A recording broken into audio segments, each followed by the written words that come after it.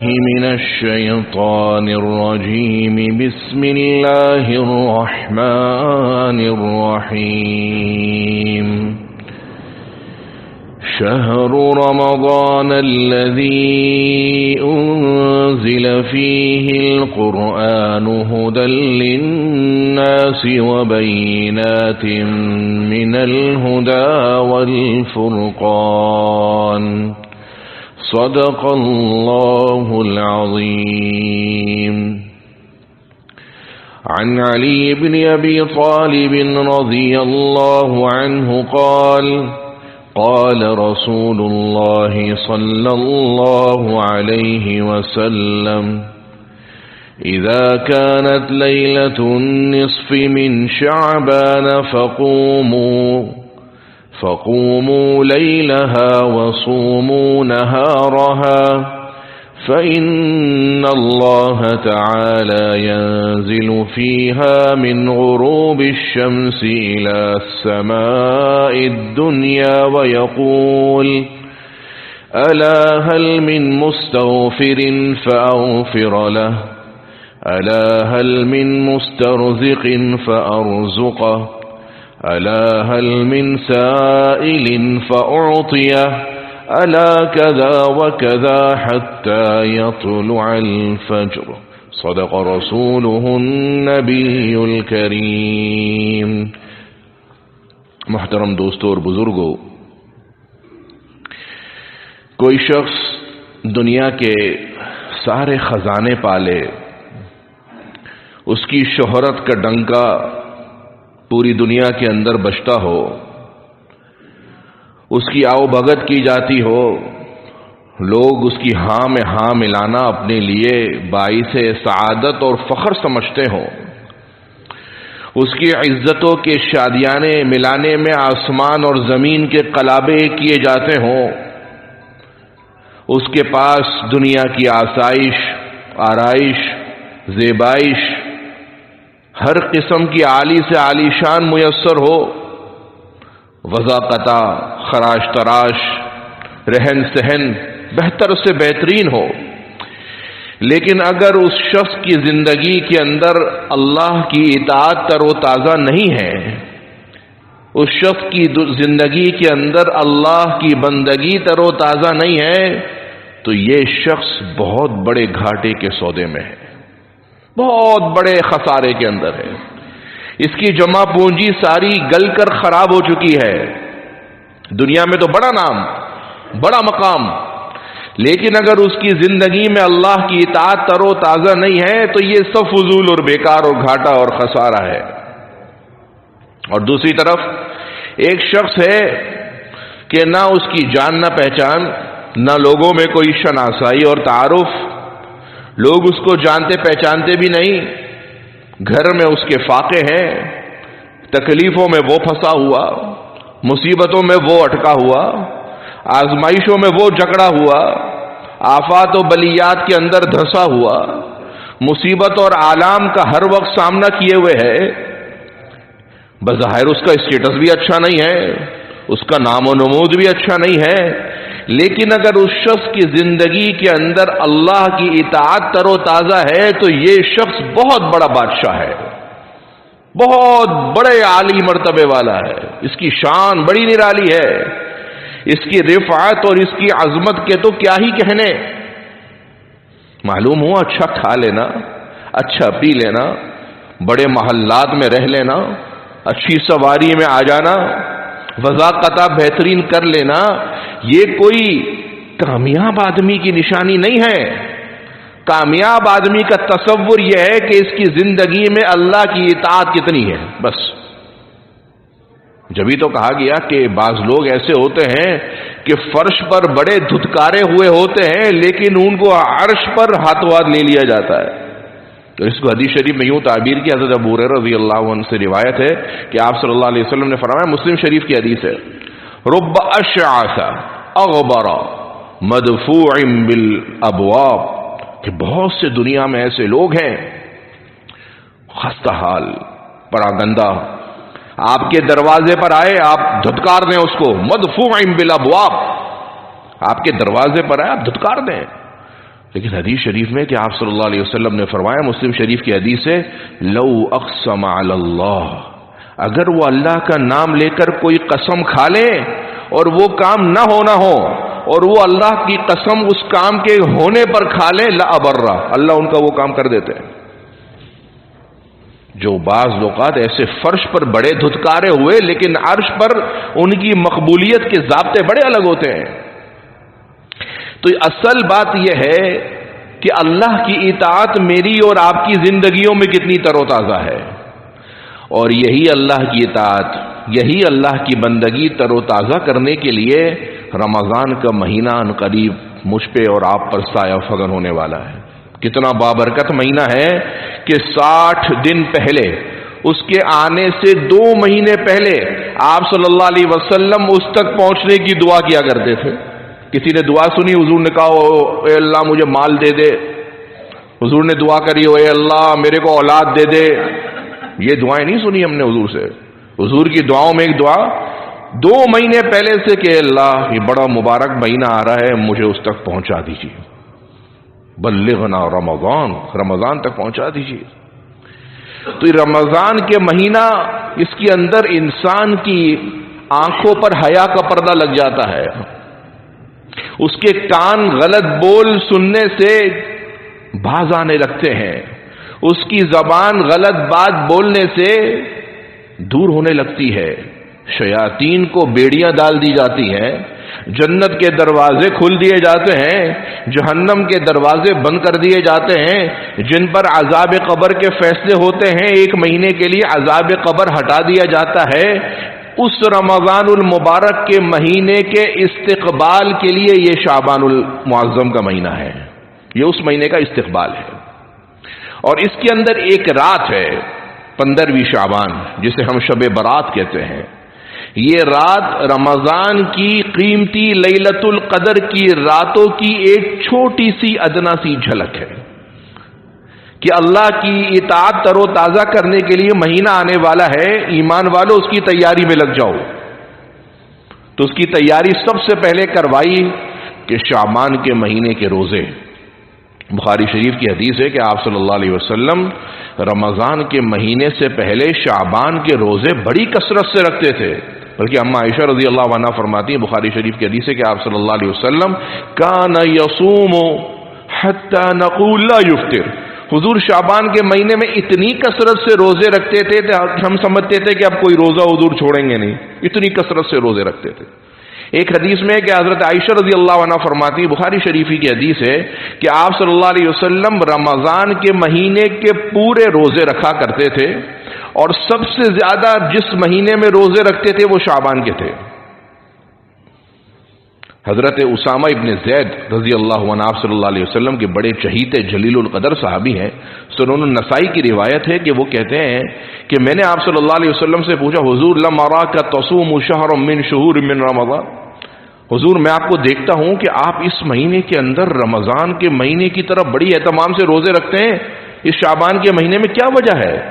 تو آپ صلی اللہ علیہ وسلم نے فرمایا، اسامہ ذالک شہر یغفل الناس فیہ شہر بین رجب و رمضان، اسامہ یہ وہ مہینہ ہے کہ لوگ اس کی اہمیت سے بہت غافل ہیں، اور یہ مہینہ رجب اور رمضان کے درمیان آتا ہے، اور اس مہینے کے اندر میرے اعمال اور ہمارے اعمال اللہ کے سامنے پیش کیے جاتے ہیں۔ فأحب ان يرفع عملی وانا صائم، مجھے بڑی پسند ہے کہ میرے اعمال اللہ کے سامنے اس حالت میں پیش ہوں کہ میں روزے سے ہوں۔ اس مہینے کے اندر اعمال بھی پیش ہوتے ہیں، اور یہ مہینے کے اندر روزے اس لیے رکھنے کا حکم ہے تاکہ رمضان کی تیاری کے اندر میں اور آپ لگ جائیں۔ گویا یہ رمضان کی روحانی تیاری کی ایک جھلک ہے دن کی۔ جب ایک صحابی فرماتے، ترمذی شریف کی روایت ہے کہ آپ صلی اللہ علیہ وسلم سے کسی صحابی نے پوچھا تھا کہ حضور اس مہینے کے اندر سب سے زیادہ روزے آپ رکھتے ہیں، اس کی کیا وجہ ہے؟ تو آپ صلی اللہ علیہ وسلم نے فرمایا، تعظیما لشہر رمضان، رمضان کے مہینے کی عظمت کی وجہ سے، یہ مہینہ بھی رمضان سے ملا ہوا ہے تو اس کی عظمت کی وجہ سے اس مہینے کو بھی 4 چاند لگ گئے، تو اس مہینے کے اندر بھی روزے رکھتے۔ لیکن ایک بات ذہن میں رہے کہ اس مہینے کے اندر روزے رکھنا رمضان کی طرف فرض نہیں ہے، ترغیب ہے، بہتر ہے. اور آخری دنوں تک کہ بالکل 30 شعبان کو تک رکھنا یہ بھی مناسب نہیں ہے، تاکہ رمضان کے روزے آنے سے پہلے پہلے انسان کسی اور نفلی کاموں میں پڑ کر رمضان کے روزوں کے اندر سستی میں شکار نہ ہو جائے. تو بالکل آخر تک نہ رکھیں، لیکن درمیان کے اندر رکھیں، پیر جمعرات رکھیں، ایام بیض رکھیں.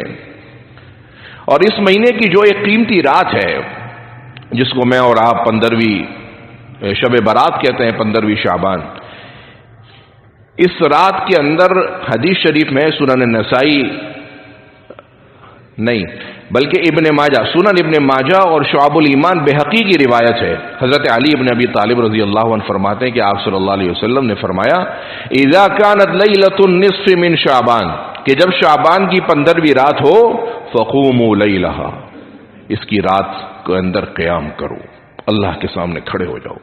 صوموا نہارہا، اس کے دن کا روزہ رکھو.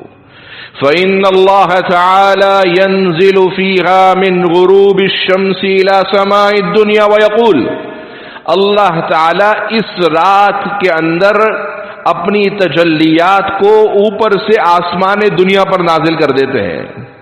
وَيُنَادِي، اور ایک روایت میں وَيَقُول، اللہ کی طرف سے اعلانات ہوتے ہیں. کیا اعلان ہے؟ الا هل من مستغفر فاغفر له، ہے کوئی مغفرت کا طلبکار، ہے کوئی معافی مانگنے والا کہ میں اس کے سارے گناہ معاف کر دوں. دوسرا اعلان الا هل من مسترزق فارزقه، ہے کوئی رزق مانگنے والا کہ آج کی رات میں اس کے رزق کا فیصلہ کر دوں. الا هل من سائل فاعطيه، ہے کوئی اپنی جائز حاجت مانگنے والا کہ میں اس کو دے دوں.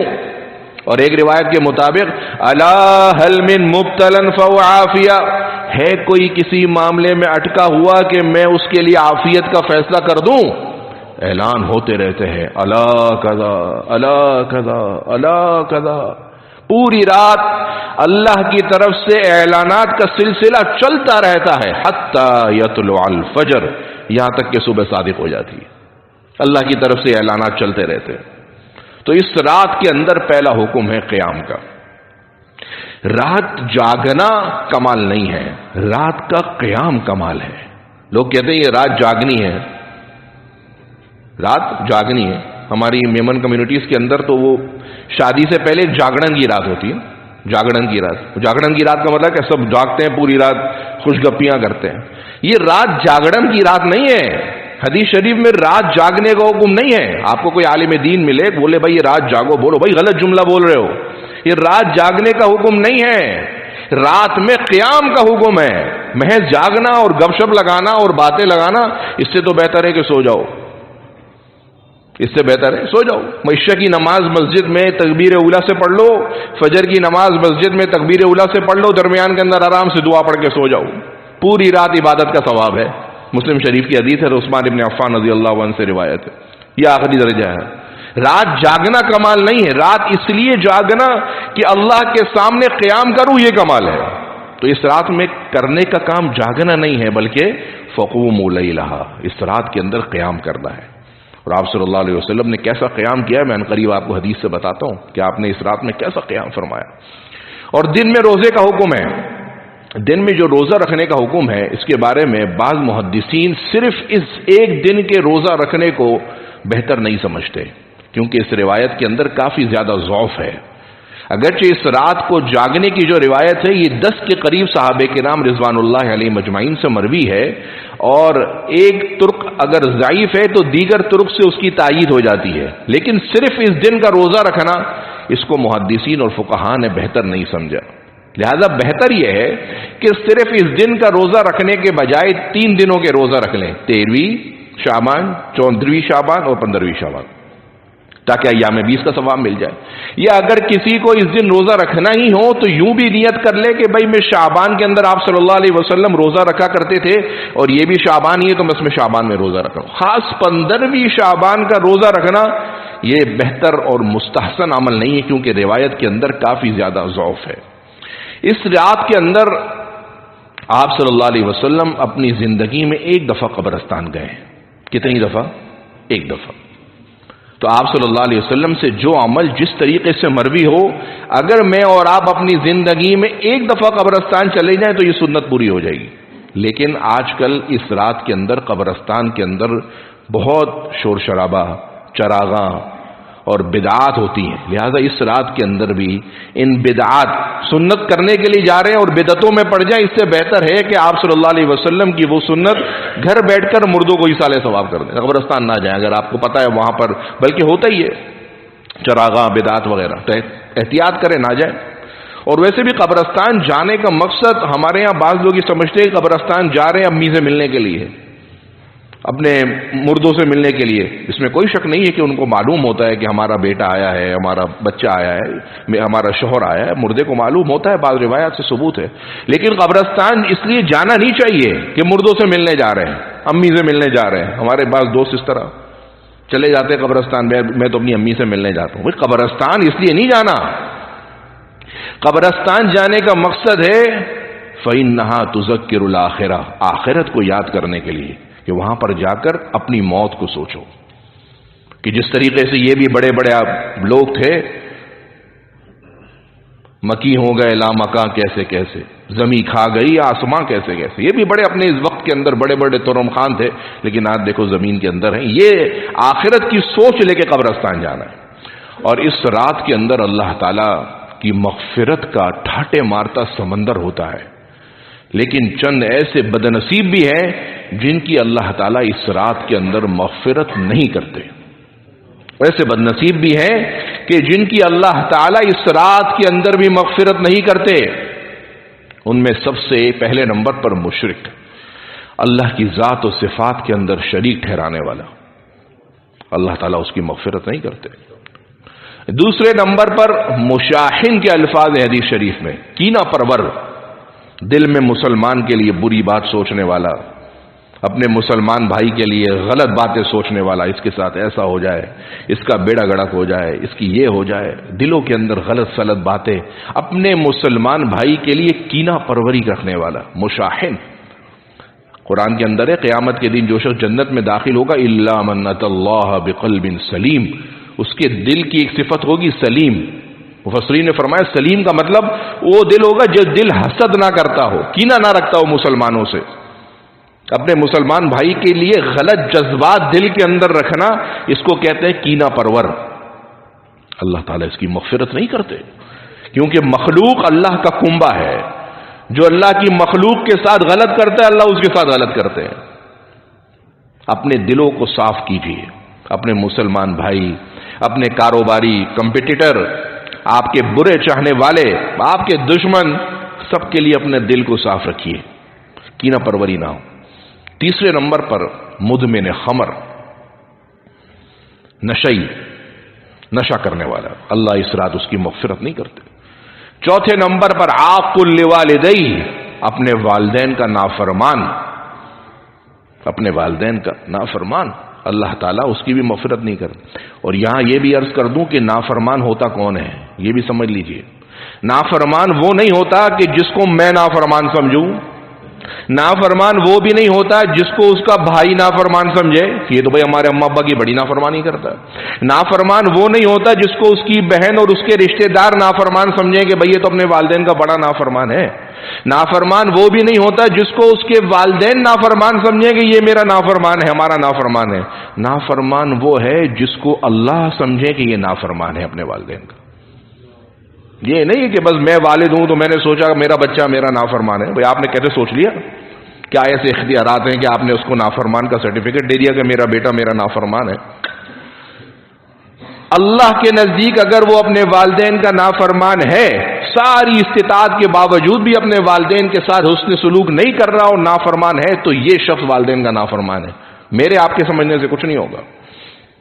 اور ایک اور شخص جس کی اللہ تعالیٰ مغفرت نہیں کرتے وہ ہے مسبل. مسبل کا مطلب اپنی شلوار پجامہ ٹخنوں سے نیچے لٹکانے والا. اس کو تو ہم گناہ سمجھتے ہی نہیں ہے، اس کو تو ہم نے گناہ کی فہرست سے ہی نکال دیا. آپ کی مسجد کے ایک نمازی ہیں، مجھے کہتے ہیں مفتی صاحب یہ آپ نماز کھڑی کرنے سے پہلے اعلان کیوں کرتے ہیں شلوار پجامے ٹخنوں سے اوپر کرنے کا؟ میں نے کہا بھائی گناہ ہے کبیرہ ہے، کبیرہ چھوٹا گناہ نہیں ہے یہ. کہہ رہے نہیں وہ حدیث میں تو ہے تکبر سے، کہ اگر تکبر سے ہوگا تو میں نے کہا یہ کون پکڑے گا کہ تکبر سے ہے کہ نہیں ہے؟ یہ دل کی بات، تکبر تو اندر کا نام ہے، کون پکڑے گا؟ میں سمجھ رہا ہوں کہ میں تکبر سے نہیں کر رہا، لیکن ممکن ہے تکبر سے کر رہا ہوں، کون پکڑے گا؟ یہ تو اللہ کا معاملہ ہے. حدیث شریف میں تو یہ ہے کہ مسبل، اپنی شلوار ٹخنوں سے نیچے نہ لٹکاؤ. 3 قسم کے لوگ ہیں جن کو اللہ تعالیٰ قیامت کے دن، حدیث شریف میں ابو داؤد کی روایت غالباً، رحمت کی نظر سے دیکھیں گے نہیں، شفقت کے ساتھ اس سے بات نہیں کریں گے، تیسری بات گناہ سے اس کو پاک نہیں کریں گے، اور سخت عذاب اللہ نے ان کے لیے رکھا ہے. ان 3 افراد میں ایک شخص وہ المسبل ازارہ، اپنی شلوار پجامے ٹخنوں سے نیچے رکھنے والا. لوگ گناہ ہی نہیں سمجھتے اس کو، بڑا گناہ کبیرہ ہے، اس کی بھی اللہ تعالیٰ اس رات کے اندر مغفرت نہیں کرتے. اور ایک اور شخص جس کی اللہ اس رات میں مغفرت نہیں کرتے، یہ شخص قاطع رحم، رشتہ داریاں توڑنے والا، بات بات پر رشتہ داریاں توڑ دے. کبھی چاچے سے ناراض، کبھی ماموں سے ناراض، کبھی خالہ سے ناراض، کبھی بچوں سے ناراض، کبھی ابا سے ناراض، کبھی اماں سے ناراض، بات بات پر ناراض ہو جاتا ہے، بات بات پر رشتے توڑتا ہے، بات بات پر ناطے ختم کرتا ہے. اللہ تعالیٰ اس کی بھی مغفرت اس رات کے اندر نہیں کرتے. یہ رات 1447 ہجری اور 2026 عیسوی کے اندر اس سال منگل اور بدھ کی درمیانی رات کو آ رہی ہے، 15ویں شعبان. اس رات کے اندر قیام کا اہتمام کریں، اللہ کے سامنے کھڑے رہیں. کوئی خاص عبادت اس رات کے اندر مسنون نہیں ہے، یہ کرنا، ایسے پڑھنا، ایسے کرنا، کچھ بھی نہیں ہے. جو عبادت آپ کو اچھی لگے 2 چیزوں کے ساتھ ہو. نمبر 1 نیت صحیح ہو، اور نمبر 2 حضور کے طریقے کے مطابق ہو. بس اخلاص نیت کے ساتھ کریں اور اتباع سنت، حضور کی سنت کے مطابق کریں، تو یہ عمل اللہ کے ہاں بہت مقبول ہے. اور عمل بہت زیادہ کر لیں لیکن اس کے اندر نمونہ محمد الرسول اللہ صلی اللہ علیہ وسلم کی سنت کا نہ ہو تو وہ عمل اللہ کے یہاں مردود ہے. تو وہ عمل کریں جو بھلے تھوڑا ہو، کوئی مسئلہ نہیں ہے، لیکن سنت کے عین مطابق ہو. اور اس رات کو قیام کریں. آپ صلی اللہ علیہ وسلم کیسا قیام کرتے تھے؟ شعب الایمان بحقی کی روایت ہے کہ حضرت عائشہ رضی اللہ عنہا فرماتی ہیں، یہ بات حدیث سنا کر اپنی بات ختم کرتا ہوں، کہ آپ صلی اللہ علیہ وسلم دخل رسول اللہ صلی اللہ علیہ وسلم ذات لیلہ، ایک رات حضور گھر میں داخل ہوئے، اور حضور نے گھر میں داخل ہو کر اپنے کپڑے اتارنے لگے. ثم لم یستتم ان قام، ہم عائشہ فرماتی ہے کہ ابھی کپڑے پورے نہیں اتارے تھے کہ اچانک کھڑے ہوئے. فلبسہما، دونوں کپڑے نیچے تہبند اور اوپر قمیض دوبارہ پہنی، اور اچانک گھر سے باہر نکل گئے. ہم عائشہ فرماتی فاخذتنی غیرۃ شدیدہ، مجھے بڑی غیرت آئی. وظننت، اور مجھے یہ گمان ہوا کہ اچھا باری میری ہے، اور حضور صلی اللہ علیہ وسلم انہ خرج بعد صہباتی، حضور میری سوکنوں کے پاس رات میں تشریف لے گئے ہیں. ہم عائشہ فرماتی فخرجت اتبعہ، میں حضور کے پیچھے پیچھے گئی کہ دیکھوں حضور رات کے اندر اچانک کیا ہوا کہ حضور ایسے آئے، کپڑے اتارے، پورے نہیں اتارے، اچانک کھڑے ہوئے دوبارہ چلے گئے. تو میں حضور کے پیچھے پیچھے خاموشی سے گئی تو میں نے دیکھا حضور صلی اللہ علیہ وسلم بقیع الغرقد کے اندر ہیں، جسے میں اور آپ جنت البقیع کہتے ہیں، قبرستان کے اندر حضور دعائیں کر رہے ہیں. تو میں کہنے لگی بی ابی انت و امی، حضور پر میرے ماں باپ قربان. میں سمجھ رہی ہوں کہ حضور دنیا کے کاموں سے گئے اور حضور دیکھو اللہ کے سامنے عبادت کر رہے ہیں. میں کتنا برا سوچ رہی تھی حضور کے بارے میں. کہتی میں واپس پلٹی فانصرفت، اور بھاگ کر کے میں دوبارہ گھر میں داخل ہوئی، اور میرا سانس بہت پھولا ہوا تھا بھاگنے کی وجہ سے. اس لیے میں آپ صلی اللہ علیہ وسلم گھر میں داخل ہوئے اور کہا یا عائشہ مالک نفس عال، عائشہ تمہیں کیا ہوا ہے، تمہارا سانس اتنا پھولا ہوا ہے. تو عائشہ رضی اللہ عنہ فرماتی ہیں کہ میں نے حضور سے کہا اب اچانک گھر آئے، کپڑے اتارے، پھر پورے نہیں اتارے کہ اچانک باہر چلے گئے، تو مجھے شک ہوا کہ آپ میری سوکنوں کے پاس چلے گئے لگتا ہے. میں پیچھے پیچھے گئی تو میں نے دیکھا کہ آپ تو اللہ کے سامنے راز و نیاز میں لگے ہوئے ہیں. تو آپ صلی اللہ علیہ وسلم نے فرمایا عائشہ تمہارا کیا خیال ہے کہ میں کیا تمہارے معاملے میں ظلم کروں گا؟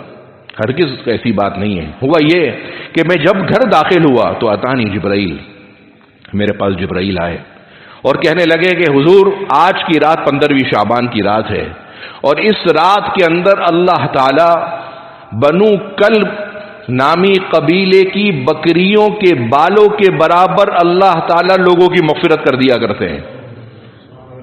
تو میں اس سے گھر میں بیٹھا نہیں گیا اور میں اللہ کے سامنے راز و نیاز کے اندر مشغول ہو گیا. پھر حضور نے حضرت عائشہ سے کہا عائشہ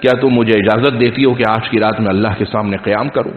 تو عائشہ نے فرمایا جی ہاں میں آرام کرتی ہوں، آپ قیام کریں اللہ کے سامنے۔